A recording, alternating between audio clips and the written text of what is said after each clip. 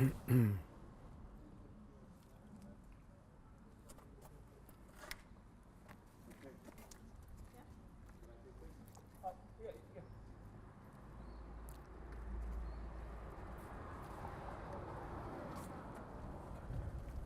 when I go around the corner, start.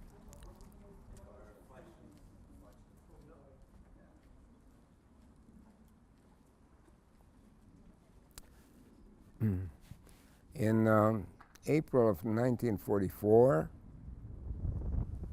my town's Jewish citizens, 500 people, were delivered to this area. It was called a brickyard, the Kasha brickyard, from my province called Abawi Santo.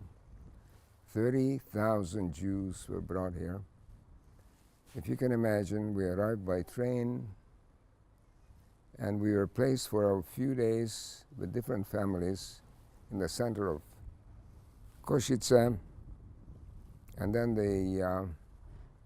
they posted orders which said the Jews from this and this street start to walk up to the brickyard. You're not allowed to take a cab or a fiacre, it means a horse and buggy. Imagine Jews dragging their bundles up an incline of a street, arriving in the brickyard. I don't know how many barracks, not barracks, but these were big buildings where they were drying bricks. There was red dust all over the place. And there were 30,000 Jews brought here under subhuman conditions. You sort of staked out a place in this building in red dust. There was no privacy here. My mother brought some utensils. She thought that she may be able to cook, to provide for her family. There was no possibility of cooking anything. Our rations were very meager rations. They built a communal latrine for 30,000 people. The stench was absolutely terrible.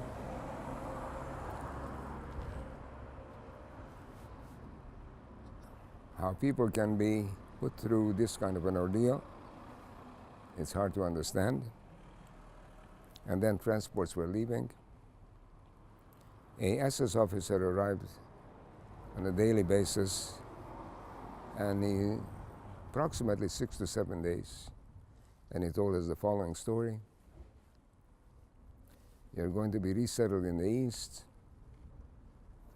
Families will be together, and you will be working on farms. And we just simply couldn't wait to get out of this hellhole anywhere. We're not afraid of working. So he repeated the same message several days in a row. And I kept thinking of a postcard we received from my maternal family who were deported from Slovakia in 1942, 2 years prior to our being here. And I kept thinking that I'll meet up with my beautiful cousins somewhere near Lublin, because the postcard was posted in Lublin general government. And there was a barbed wire fence put around this huge brickyard. We were guarded by Hungarian gendarmes. We received once a day a little bit of soup. My mother couldn't feed the baby. Like all the other mothers, they didn't have enough milk to feed their babies because they were not getting any nourishment. And eventually we were approximately 100 people per cattle car. Initially they gave us a pail of water and a pail for the toilet, and suddenly the doors were locked and bolted down.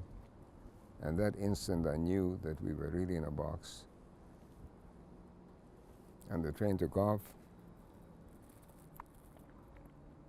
There was a little bit of light coming through that little opening in the cattle car that had metal bars on it and some barbed wire. And heat was building up. So night came, and you can imagine the pandemonium in this closed cattle car. Old people could hardly breathe. The pail of water that was given to us, it was gone instantly, and the toilet was chock full. It was sloshing all over the floor of the cattle car. The smell was getting terrible smell. And then dark came, and as you know, your spirits just sank to your boots. We were stuck together like sardines in a can. I couldn't see my mother. She was stuck in a corner. You couldn't move around. I cannot imagine how mothers and my mother, they stood for 3 days and nights holding their babies in their arms, not being able to feed them.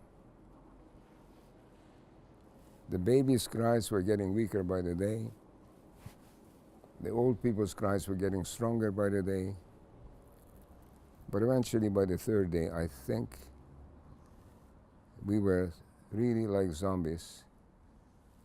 When the light came through the opening in the morning, you sort of felt there's still hope. And when pitch dark came, you lost hope.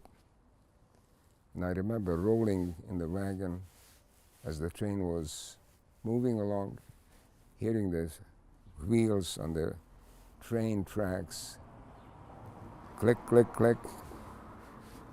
It's in my mind till this day. And you fall asleep with this group of people, and suddenly you hear the whistle of the locomotive, and you wake up with a start. And you think you just had a nightmare, only realizing that you're actually living a nightmare. The two old people that died, we could not dispose of their remains. Finally, the train came to a stop. And I knew that nothing could be worse than what I've just experienced, simply not being able to go to the toilet for 4 days. So this was a journey that I cannot imagine animals would not be shipped in this manner. Barbarians wouldn't do something like this to human beings. And these locomotives kept putting their miserable human cargo from all points of continental Europe to their death.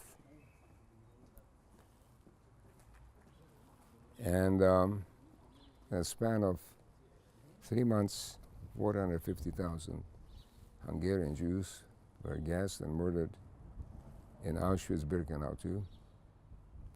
So I'm here at this place where this brickyard was. I'm looking for any clue that there was a brickyard here. There is no clue here. It's been built over office buildings, Deloitte, MetLife, other buildings. There is absolutely no sign of this miserable brickyard where tens of thousands of Jews paid with their very life. It's been covered up, and perhaps a marker should have been here somewhere to tell the story of what happened to 30,000 Jews who were deported. I don't even see a plaque or a marker anywhere.